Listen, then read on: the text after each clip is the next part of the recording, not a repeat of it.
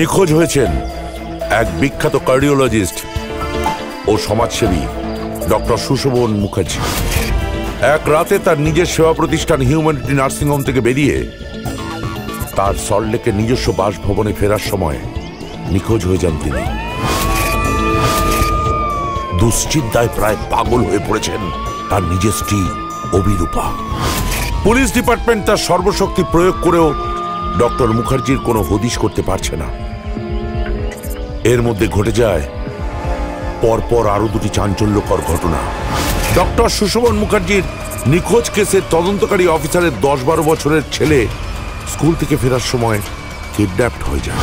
অপরদিকে ডক্টর মুখার্জির নার্সিংহোমে গরিবদের জন্য সংরক্ষিত কেবিনে এসে উপস্থিত হয় এক অদ্ভুত রোগিণী, 10-12 বছরের সাঁওতাল কন্যা বিন্দি।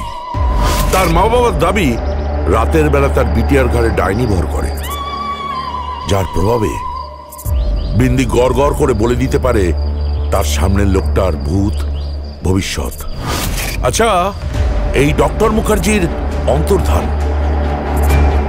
তদন্তকারী অফিসারের ছেলের কিডন্যাপ হওয়া আর এই ডাইনি ভর করা মেয়েটির উপস্থিতি, এটা কি পরস্পর সম্পর্কিত? এই ডাইনি ভর করা সাঁওতাল কন্যাটি কি সত্যি বলে দিতে পারে ডক্টর সুশোভন মুখার্জির পরিণতি? জানতে হলে দেখতে হবে ক্রাইম ডায়েরি, সান বাংলার পর্দায় 16ই জুন থেকে, সোম থেকে রবি প্রতিদিন রাত ঠিক 9:30টায়। রোমহর্ষক অপরাধের নতুন নতুন কাহিনী প্রতিদিন। অপরাধী হয়তো নিঃশ্বাস ফেলছে আপনার ঘাড়ের ওপর। সাবধান হও বাংলা।